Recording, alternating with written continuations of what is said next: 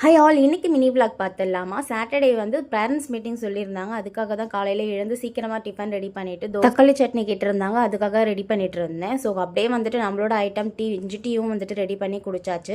முடிச்சுட்டு அப்படியே நாங்கள் ஸ்கூலுக்கு கிளம்பிட்டோம். ஸோ பேரண்ட்ஸ் மீட்டிங்கில் வந்து மேம் நிறைய இன்ஸ்ட்ரக்ஷன்ஸ் சொல்லிட்டு இருந்தாங்க. பசங்க வந்துட்டு என்ன பண்ணுறாங்க, எப்படி படிக்கிறாங்க அப்படின்றதெல்லாம் சொல்லி ஆஷ்வித் எப்படி பண்ணுறான் அப்படின்றதையுமே சொல்லியிருந்தாங்க. பென்சில் பிடிச்சி எழுதுறான், சொல்கிற பேச்சை கேட்குறான். என்ன ஒன்று பசங்க கூட சேர்ந்து எல்லாருமே அட்டகாசம் பண்ணுறாங்க.